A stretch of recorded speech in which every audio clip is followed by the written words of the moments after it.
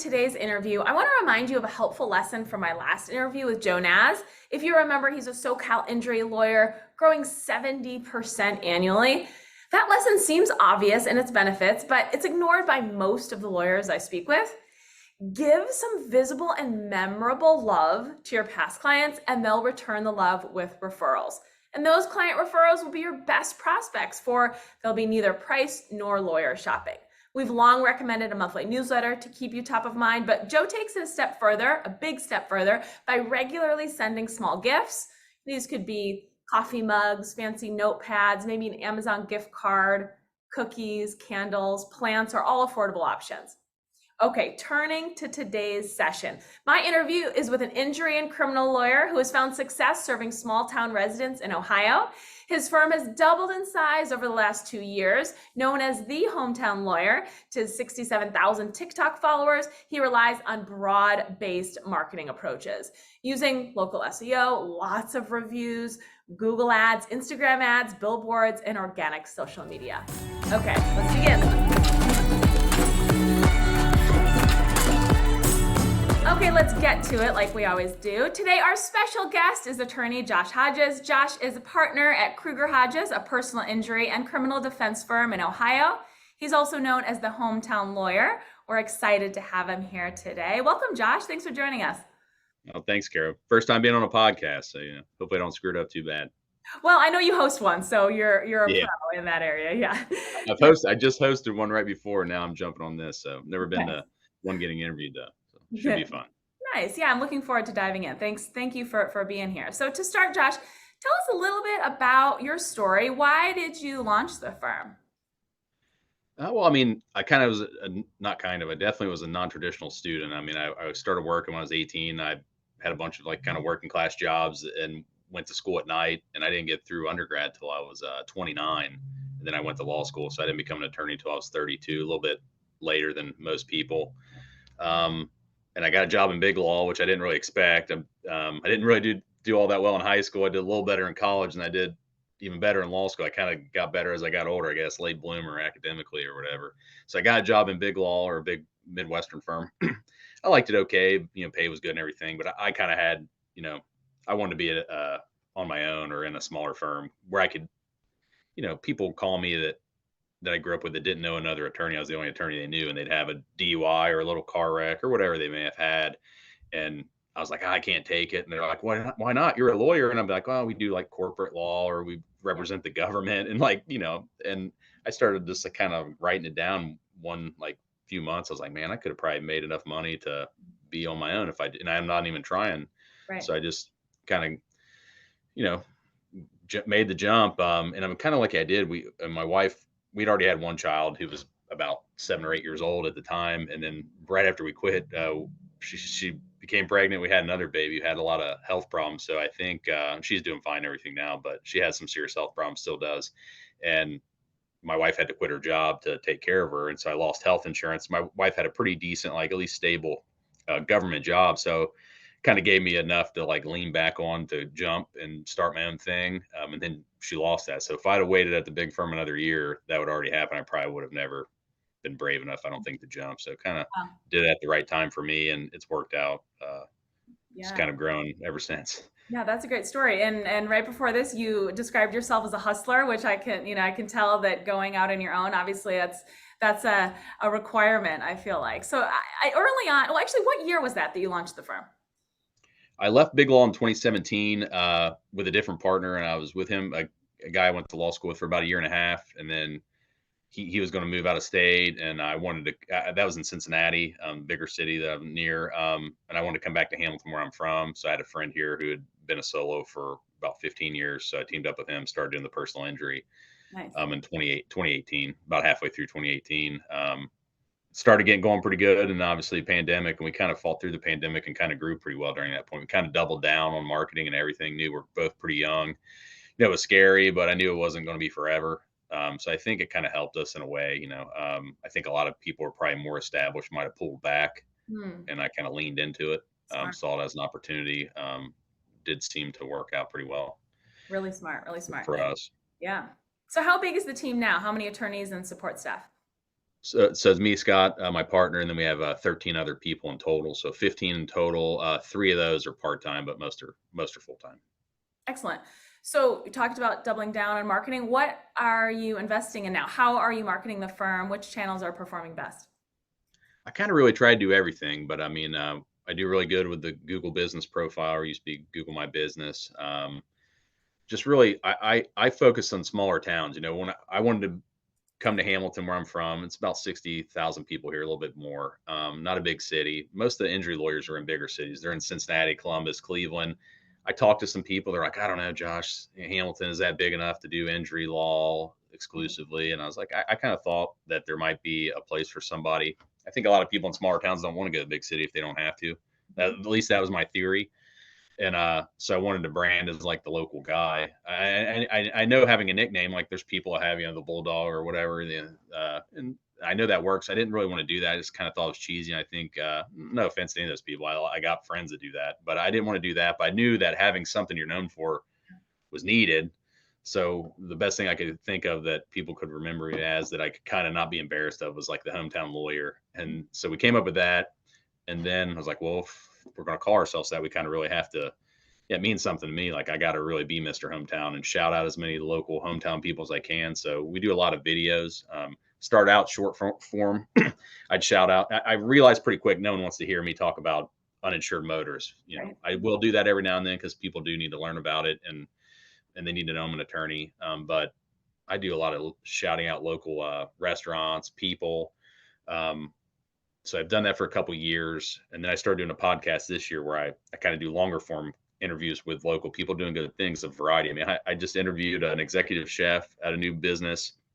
I've I've interviewed the guy who writes parking tickets to people, because me and him kind of commiserated about having jobs people hate. Because as an injury lawyer, we catch a lot of flack. I figure that guy probably understands it. So we did one about why that's needed. Kind of having fun with it. I think really what it comes down to, like I said, I was a hustler, but really I'm kind of like, I like meeting people. I got energy. That's why I mean, like, I'm curious. I like meeting new people, figuring out, how people are different, how you can work with people, meeting people with different cultures, backgrounds. I've always liked that.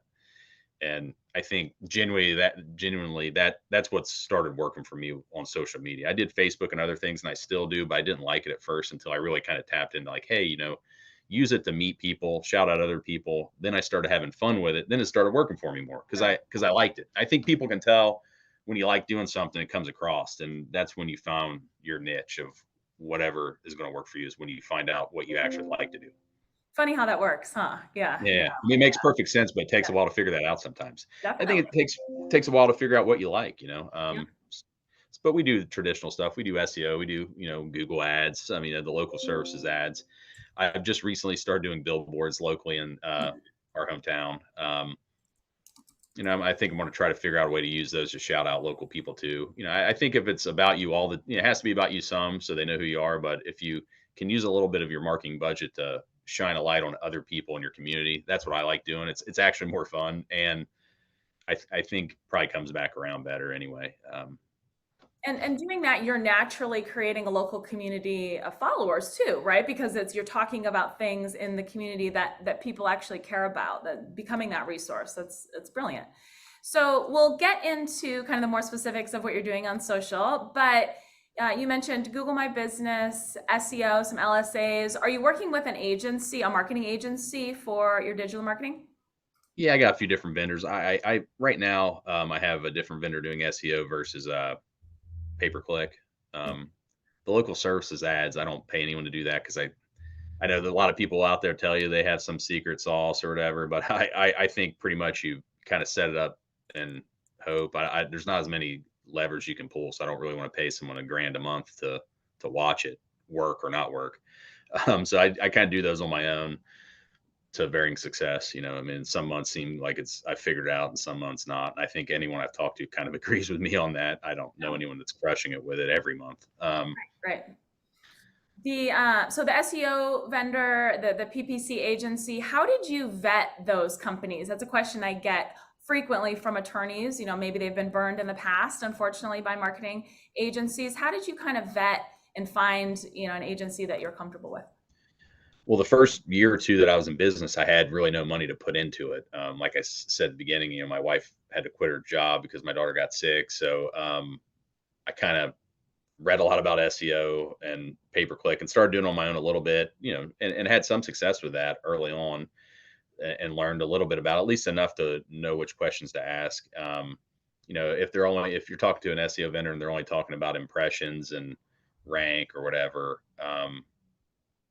that's great. But I really want to know, like, did I get calls? Were they good calls? Did I get consultations? Did they turn into cases?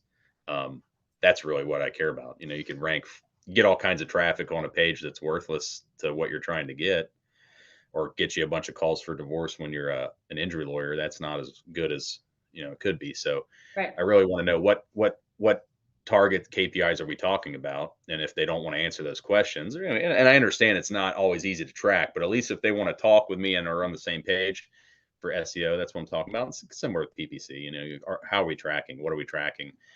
For pay per click, I have my own AdWords account I set up. I let them into it. I'm not going to let them run ads for me and me not be able to see, and them just provide me a report. I'm not going to be down with that. Not that they would necessarily lie, but I would just rather know for a fact they're not. Right. Are they counting conversions for people when they type in Josh Hodges, attorney, Hamilton, Ohio? Is that counting a conversion and giving them a big pat on the back when really they probably would have found me anyway? Mhm. That's not. That has to be separated out from conversions for car accident lawyer near me, I think. Right, right. Yeah, and so you're monitoring the agency's ongoing performance personally, it sounds like, rather than kind of relying on the monthly reports that they may provide. You've educated yourself, to a point at least that you can at least, knowledgeably monitor their Yeah. performance. Yeah. I spend a lot of time on it, probably too much, but it's important. You put a lot of money in marketing and time. You want to make sure you're at least getting as much bang for your buck, and you have to be patient. Not everything's going to work in quick, especially some of the things we've done. You kind of have to go into it knowing, and being fair to the person you're hiring to give them a chance. Things aren't going to just go from Yeah. not busy to you're slammed in 2 weeks. Right. It's increased. We've been at it for some years, and every year's been a little bit better than the year before. You just want to keep that going and have open line. I like, if I have an issue with my website or something, I want them to get back to me quick. That's something I'm always going to be watching for people who are helping me out. But there are people too. You gotta, it's kind of it's a team, and I hope that you can really tell. I think when you're talking to vendors, if I was talking to a younger attorney or somebody who's struggling to find a vendor, what kind of questions are they asking you? If it's just like, oh yeah, we can do that and make you a promise, and they haven't asked you about your business, what are your goals? I mean, how are they going to help you if they don't even know what your goals are? If your goals are, I want to grow 10% a year versus 100, it's a totally different thing you're going to need to do. And if they haven't even asked you that and they're just wanting you to sign the paper real quick, I don't think they're really probably as experienced or the person probably for you. Great advice. Outlining that goal, clearly defining that goal, then sort of reverse engineering into that, right? I think that's Yeah. smart. I'm interested, Josh, does your agency know which leads are actually turning into paying clients? In other words, is that information that your firm is sharing back with your agency, or are they simply kind of reporting on leads generated monthly?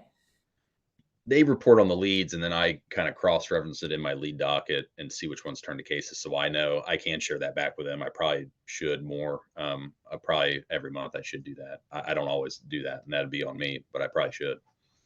Do you have anyone in-house on payroll working dedicated to marketing? I have a couple part-time employees that help me do outreach things, help me meet people in the community that I might not have otherwise. It's easy. A lot of attorneys, I think they get stuck. They know they need to network and do these things, and they'll write. Maybe if they're a step ahead of that, they'll write a list of people they want to contact. But then you get busy. You got fires. You got clients. You got employee problems. Whatever. And you don't get down that list. I know a lot of attorneys, they have good intentions and never gets done. It's like going to the gym. Everyone knows what to do to get in shape. For the most part, it's harder to actually do it every day. So I've hired a couple part-time people because I have a couple offices, and they'll kind of make sure I'm getting out there, and they'll set lunches for me and coffees and things like Sure. that. Yeah. And then they Yeah. help me. I do a lot of local business spotlights. I used to do them all on my own. Now I have a couple people help me do more. So that's nice. The Nice. spotlights is that the podcast that you're talking about, or are they the videos? Um, I do that. I have a camera guy that helps me do that, and I set those. But yeah, they've helped me set a couple of those. They do like for instance, we might do a spotlight if there's a new ice cream shop in town or in one of the towns near us. They'll go out there, maybe do a little interview with the lady that owns it, do a little write up or maybe in a video, take some pictures, and then we'll post it on our social media to give them a free shout out. Sometimes we'll give away a gift card or something, just to give, highlight. We started doing that during COVID when a lot of, our since we're an firm, we get paid by insurance companies. So when the market is, the economy's great, it doesn't really help us all that much. When the economy's down a little bit, it doesn't really affect us as much. It's kind of, at Yeah. least in my opinion, not as much as it does someone who's getting paid upfront by clients when the economy's down. So in 2020, we started doing a lot of the local business spotlights, kind of as a way to give back because our business was doing okay. And wanted to, and it kind of goes with our brand too, the hometown lawyer. You got to kind of help your hometown out. And that means sometimes, doing a little extra, giving a little extra.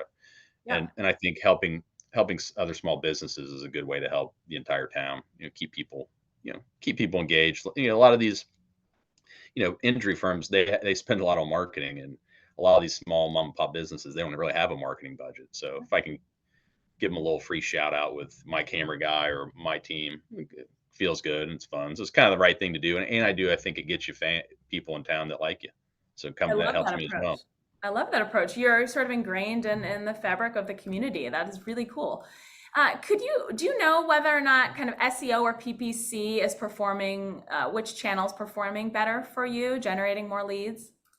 I mean, the good thing about pay per click is quick. If I want more next month, I could pay more next month.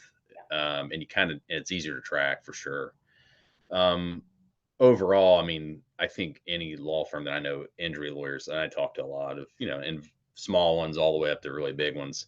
I mean, the Google My Business, I think you get the most calls from that Yeah. now. But do they see my billboard? Do they see my pay per click ad? It does get, it's kind of a mixed match of things, But that if I only had one thing, I mean, I'll probably take a GMB, and that's local SEO. So I mean, Right. I do get a lot of calls from that. That's also where your current clients and I think my friends Google me and click on that sometimes. Sometimes they click on my ads and like that ain't great, but Yeah. it, Yeah. Well, but yeah, I think GMB is probably the best, but I think everyone kind of probably knows that. I mean, I do pretty well on social media. TikTok's been my best out of all the social media, areas. I think that one's the one I've done the best with. Mhm. Yep, yep, that's great. Quickly speaking of Google My Business, the firm has an impressive collection of Google reviews. It looks like you have 232 reviews, 5-star rating. How do you collect those reviews? I mean, it's hard. I mean, I've probably helped thousands of people to get that many here. Like I'd have to look at the correct count to know for sure. But you have to do a good job. That's how it starts. If you're doing a crappy job, you're probably not going to get a lot of good reviews. You have to do a good job. You have to, I think, make sure the clients know you care, and people know. And we have clients of all kinds of varying sophistication. I've had doctors hire me. I've had people who were, you know, down on their luck and everything in between. And but everybody kind of knows how you treat them, and they know if you call them back as an attorney. I think that's the main thing. If I had to tell a young attorney anything, be like, answer the daggone phone Mhm. and don't treat people like you're in a hurry. Even if you are, sometimes you can still slow down an extra 30 seconds and talk to somebody.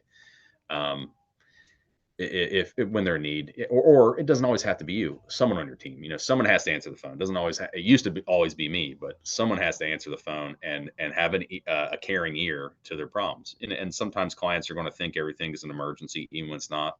I think sometimes we know it's not. I think sometimes attorneys treat it as if it's not, but if Yeah, the client thinks it is, you still need somebody to jump on it with urgency and kind of talk them off the ledge every now and then.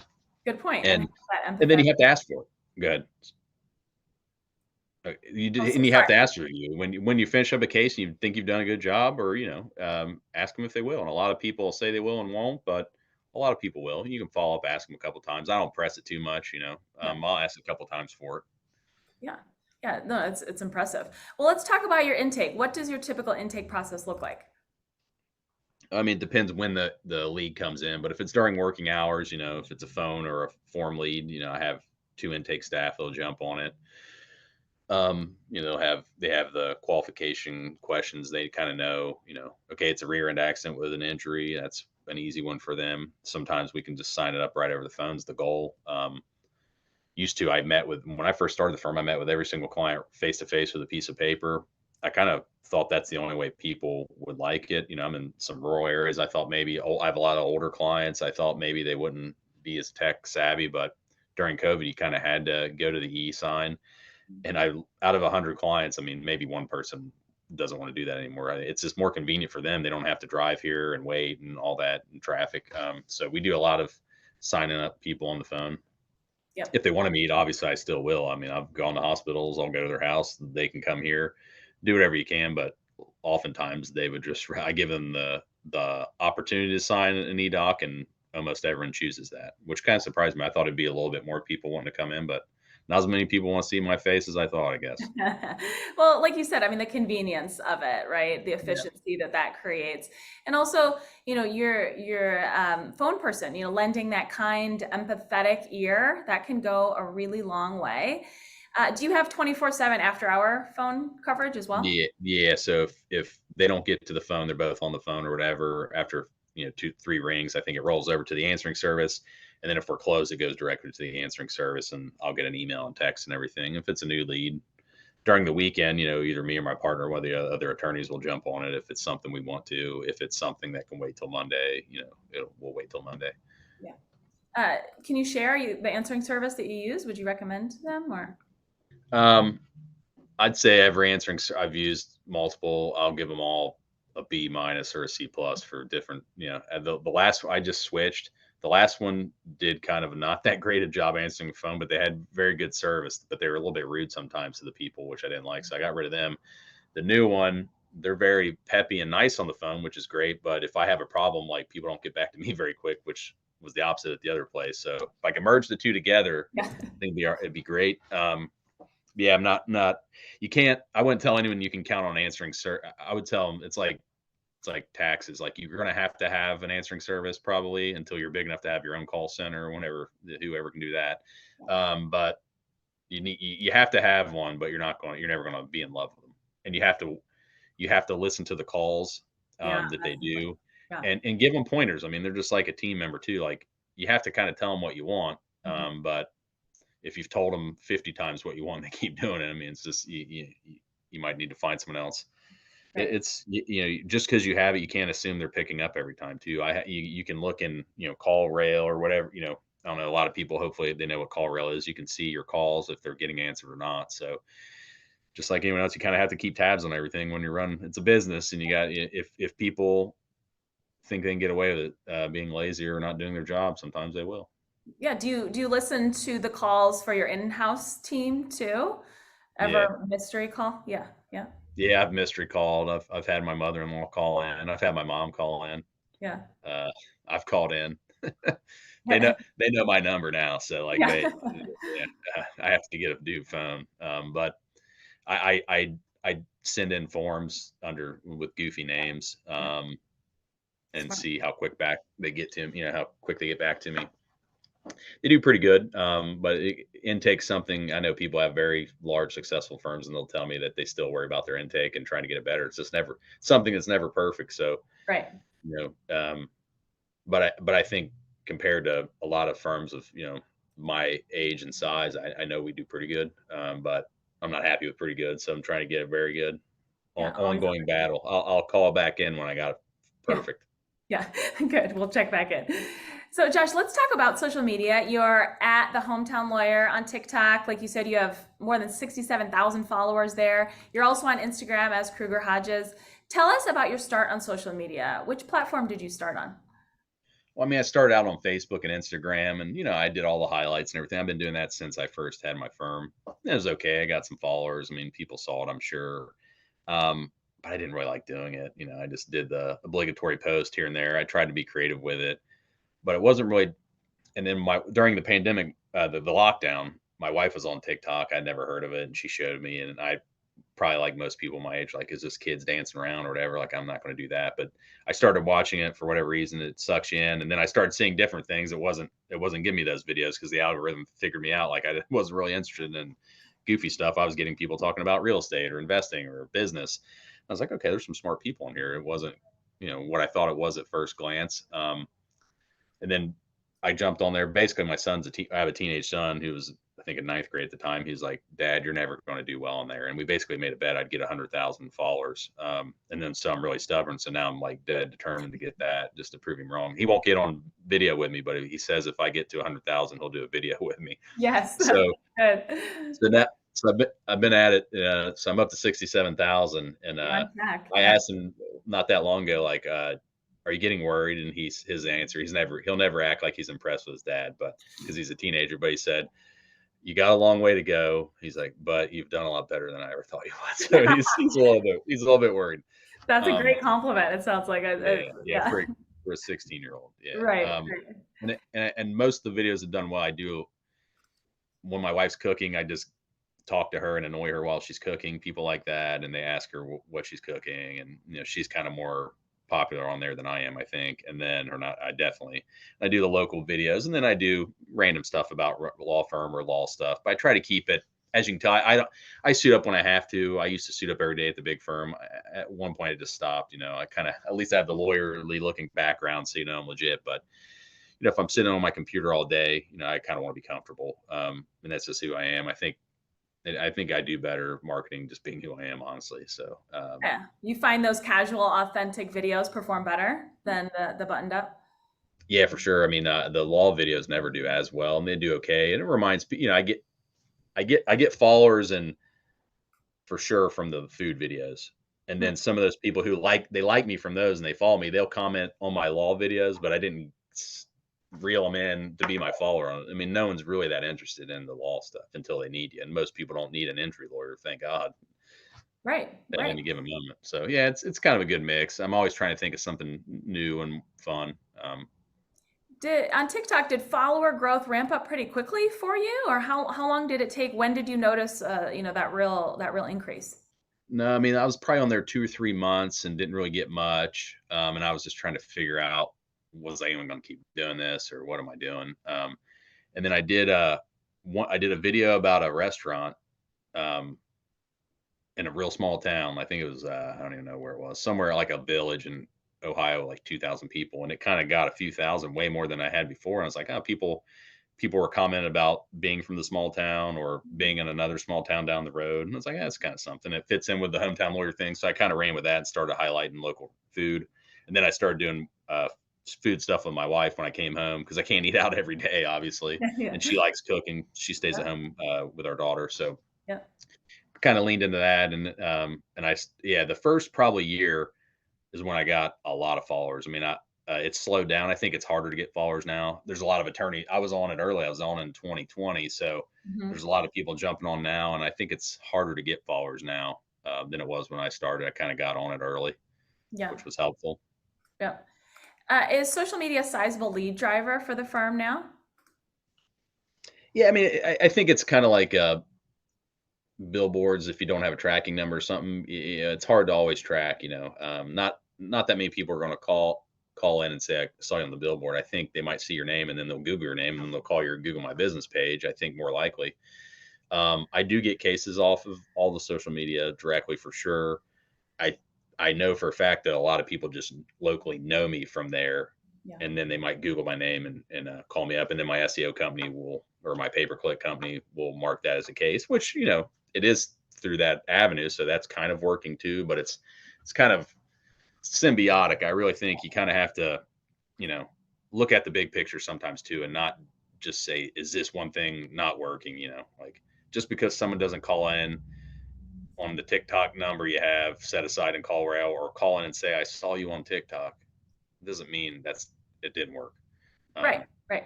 It's an important piece of the puzzle, right? Of yeah, it's branding overall. if nothing else. Yeah, it's part of the puzzle, and you can reuse the videos. And I mean, I use the TikTok videos now. I scrub them, put them on Facebook, Nice. YouTube, Yep. so you can kind of shoot one video, put it in 3, 4, 5 places is easier. Smart. How often are you shooting? Are you shooting in batches or? I do both. I shoot in batches of the legal content. Usually I'll sit down and try to do as many as we can bang out, 15, 20, 25. And then usually every day I shoot something else, just spur of the moment with my phone. Um, and then I try to at least post 1 or 2 a day.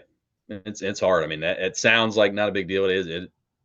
Not a lot of people are going to post 1 or 2 or 3 times a day. Yeah, that's a It lot. I'll miss a day here and there, but very few. You kind of have to be consistent with it. Sometimes I do, but definitely there's sometimes you get burned out. Like I just don't have any good ideas. And that's why batching's nice. I'll have a few that I've banked in the past. I can just toss up for a day or two, give yourself a break. Because Right. if you're think you're going to pull out your phone and come out with something good every day, it's hard. Um, if you're in the the mental space where you're creative, do 5, 6, 7 of them if you can, and then you're good. Yeah. So that'd be my advice to someone trying to jump on there. Smart. Good advice. How much time per week do you say you dedicate to social media? Mm, it's hard. I mean, quite a lot. I mean, at least I mean, as far I get on social media a lot, see what other people are doing. Not just lawyers. I mean, just people in general. Try to keep up with what's going on. I look at we run ads on social media, so I'll check that out. I mean, a good bit. I mean, I'd have to time it, but Yeah. it's not a small commitment to be on social media all the time. I mean, it takes work, and especially when I'm doing the local spotlights or the interviews with people, you got to set all that up too. So I mean, there's a lot of time with that. Right. Are you editing and actually doing the posting, or do you have help with that? The batches know the camera guy will come shoot. He'll run with it. Then he just puts them in a Dropbox, and I'll post them. The ones I just pull the phone out and do it, I'll post. So I post them all, but I don't really the ones I do with my phone. I don't edit at all. I might write words on it. I mean, that's about all I know how to do anyway. So I don't really. I'll do a voiceover here and there, Yeah. but I don't do any fancy editing. I don't really think some of my best videos I think are just the ones where they don't even look that great. That'd be another piece of advice I'd give to people. I think people are very self-conscious of each other, especially attorneys. We're very critical of ourselves and other people. That's why we get probably the rap we get. But um, I remember the first few videos I did, I'd suit up, I would do it, I'd listen to it like, oh, that sounded stupid when I said or whatever. I would do it again. I'd do it like 6 times. Like that's unsustainable. So now I usually just pull it out, do the video. Yeah, I'm going to sound stupid at one part. I don't care. I just post it anyway. At least it's done. And most people, I think it resonates with people more. Like that guy's not trying to be uber polished because Yeah. most people aren't. So why would we try to be? Yeah. It gives them a more authentic look into actually who you are and what it might be like working with you too when when you're posting, who you really are. Are you putting any money into boosting your posts on social media? Yeah, I boost post. TikTok's tough. I mean, they don't really like lawyer boosting posts too much. So I have done that, but a lot of times they get taken down. They don't like lawyer ads for whatever reason. If someone on here has figured that out, reach out to me. But I have done some. A lot of times they get taken down. But yeah, I do Facebook boosting, Instagram, all that stuff. Yep. Instagram and TikTok, obviously they're national platforms. Are you getting leads in either other geographic locations or outside of your area of practice that you're referring out through social media? Yeah, I have. I've also gotten some referrals back to me from other law firms on TikTok that just know me from there. And then I've met people on TikTok, and then I've seen them at conferences. Then I've actually met them. This is kind of cool. Oh, Um, and I think that's really what I've always liked networking and like people, like I said at the beginning. And I always didn't really like social media just because I'm 40. I didn't grow up with it. It just, I don't know, this wasn't my thing. But and it sounds kind of stupid, but one day I just realized like, well, you like being social and you like meeting people. Really, just it's another way of meeting people. And once I yeah, realized that, I started to enjoy it. right. And there's tons of people I've met on TikTok that have actually created a relationship in real life. People in Cincinnati, Dayton that I've seen on TikTok. Other people in business reached out to them through there, and then I've met them for coffee or lunch, and now I know them in real life. So, which I definitely always like doing. So, it's just the way you look at things can really change, your perspective and your success, I think. Yeah, a great way to grow that referral network as well. Josh, are you using AI in your practice, either for marketing or in your daily work? Yeah, I mean, I've definitely dipping our toe into it. I've toyed around with some of the services that do AI demands or AI, looking at how we can do medical chronologies of the medical records through AI. I still don't think anyone's kind of got it perfected, but I know it's there, and I know we're going to have to use it. In the marketing, not so much. Yeah. I've went and chat GPT and said, hey, I need 50 good ideas for a video, and look at that. I mean, that's pretty easy. I've done that, but I don't have it like straight integrated into my firm where everything's running through it. But I do think that's probably going to happen before too long. I think so too. Any tools or software you use that you'd recommend? I mean, I got call rail definitely. If you're going to be doing a lot of marketing or even a fair bit of marketing, it's pretty cheap to start. So you can have a lot of different phone numbers. You can see a lot. It helps you track. It integrates well into our CRM. I mean, I use Lead Docket and Filevine, so I like those.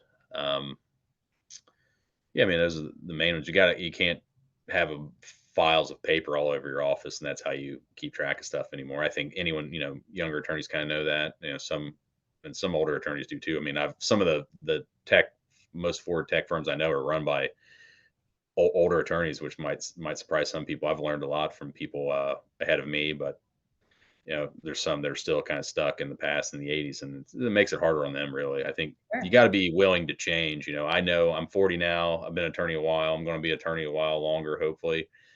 Things are going to change again on me, and I might not like it when I'm older, but I, I, I'm going to make sure I'm still flexible, I think, because it makes it easier on you. So, Yep.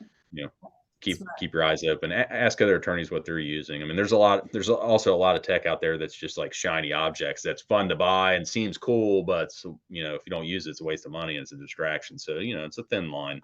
Yeah, good point. What would you say some of your biggest mistakes you've made in building the firm or lessons learned? Um, yeah, I think I hired too slow, which it didn't feel like it at the time because hiring people is kind of scary. But once you get a little momentum, hopefully you do some marketing, it works. And that's what happened to me. Knock on wood, that's happened to me, and thank God it did. Uh, if you do marketing, it doesn't work. I don't know, but I did marketing. It worked pretty well. I got cases. I got busy. It was great. I'm working the cases with my partner, and then before you know it, you start having too many cases, and it happens. It happens kind of fast because you know, if you keep marketing, it's going well. Before you know, you got to find people, and then you got to find them and train them, and it can kind of sneak up on you. So I found some mentors who kind of told me like, hey, you need to hire more people, and they're right. So I mean, in the last 2 years, we've more than doubled in size. I mean, I think I've hired 5 people this year. So and it just makes things less stressful on everybody when you have enough staff. And it is just funny when you don't feel like you're behind at first and until you get behind a little bit. And it wasn't like we were doing a bad job or anything. It was more just it was putting more stress on me than it needed to be. Sure. And it was taking me away from doing some things that only like maybe a firm owner can do. Right. Um, so yeah, getting help, finding good help takes a while to find good help. So you can't wait till the month you need somebody to start looking. Not You need to be looking way ahead, not a month ahead. So now I'm trying to I think right now I've got enough people, but I'm thinking of hiring more people already just to kind of try to get ahead of the curve. Right. Just kind of switch my whole thinking on that. And it's Right. not easy to do, hiring people that you don't have tons of work for yet, but that's what you're going to have to do if you're growing. Yeah, and getting ahead of that. I mean, hiring that first employee, the first few employees, that can be very scary. But to your point too, delegating everything you can that isn't required, it doesn't require your time or your energy, can really be kind of the key to scaling. So And it Josh, helps you not burn out. I mean, long term, I mean, you can get to the point where you're just working yourself to death, and that's not the point of getting into owning a law firm. I want to help people. I want to have fun. Hopefully, can be successful, but I don't want to just die of stress either. yeah, So yeah, good it's point. Yeah, absolutely. So before we wrap up, Josh, I always like to ask if a lawyer watching only has time to adopt one, maybe two of your tips, what would you recommend? I'd say if they're, I think, way behind compared to where they should be. If they don't, and this is any kind of lawyer, if you don't have an answering service, then that's the first thing you need to get, because you know, even if the phone's not ringing much, it's even more imperative that the few phone calls you get are getting answered. So you can't have just a voicemail set up that you check when you get back from court at best. People don't want to leave voicemails. I don't want to leave them. I didn't like checking them when I first had them. My partner had a voicemail like most people when I started out, and I was like, we just got to get rid of this. Yeah. And it's expensive to hire an answering service when you don't even have a lot of money coming in, but it's just imperative. Like there's no way you cannot have somebody answering the phone 24/7. In my opinion, that'd be the number one thing. And then the second thing is you got to figure out how you're going to get the phone to ring. Um, Right. I think answer first and then get it to ring. Figure out a good marketing niche for you, pick your whatever practice areas and figure out how you're going to get that phone to ring. There's various ways you can do that. Not everybody does it the same, but everyone that does well answers the phone well. Yeah, That's absolutely. across all boards. So that's what you got to definitely first step. Yeah. Don't miss those phone calls and Yeah, find you can't. that marketing niche that really works for you. That's And, and, excellent advice. and I'll tell you, even like I'm super anal about it. We still miss phone calls sometimes. I have the stats on it, and I'm not even going to say it because some people, if you don't, I'll say this: if you're on a law firm and you're not measuring the percentage of calls you answer, you probably have a very, or your conversion rate. You have most lawyers have a very inflated sense of how well they're doing if they're Right. not measuring. Once they measure it, it's probably make them throw up if they don't know. I mean, honestly, because I've had that years ago when I first started measuring. I'm like, oh shit, we're not Right. as good as I thought we were, Right. which Right. is a bad moment, but it's a great moment because then you know you Exactly. can improve.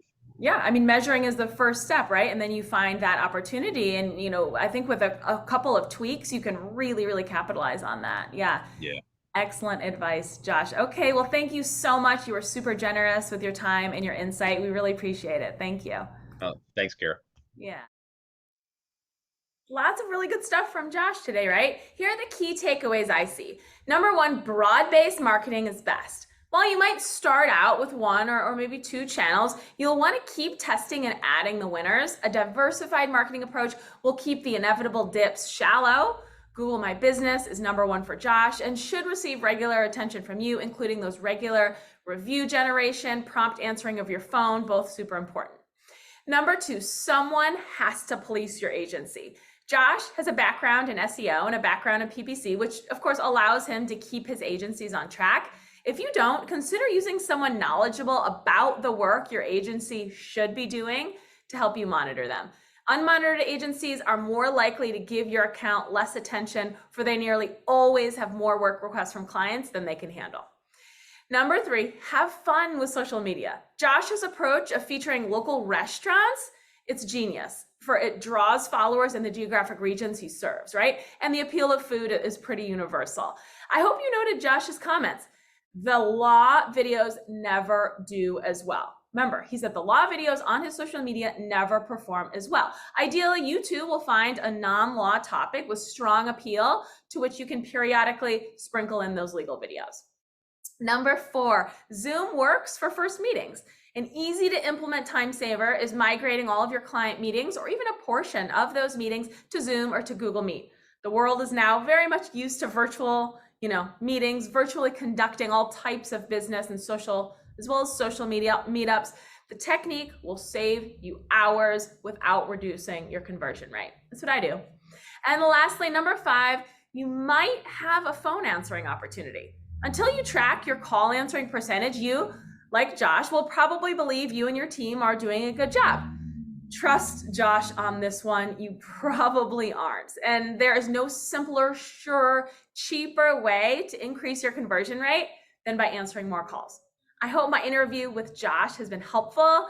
My next interview is with a family law associate attorney who has over 3 years grown her TikTok following to nearly 500,000. Her approach there is a mix of family-oriented videos, common sense divorce education videos, which generate a steady flow of paid consultations for her. I hope to see you soon. Keep marketing. Take care. Thanks for joining us. Bye-bye.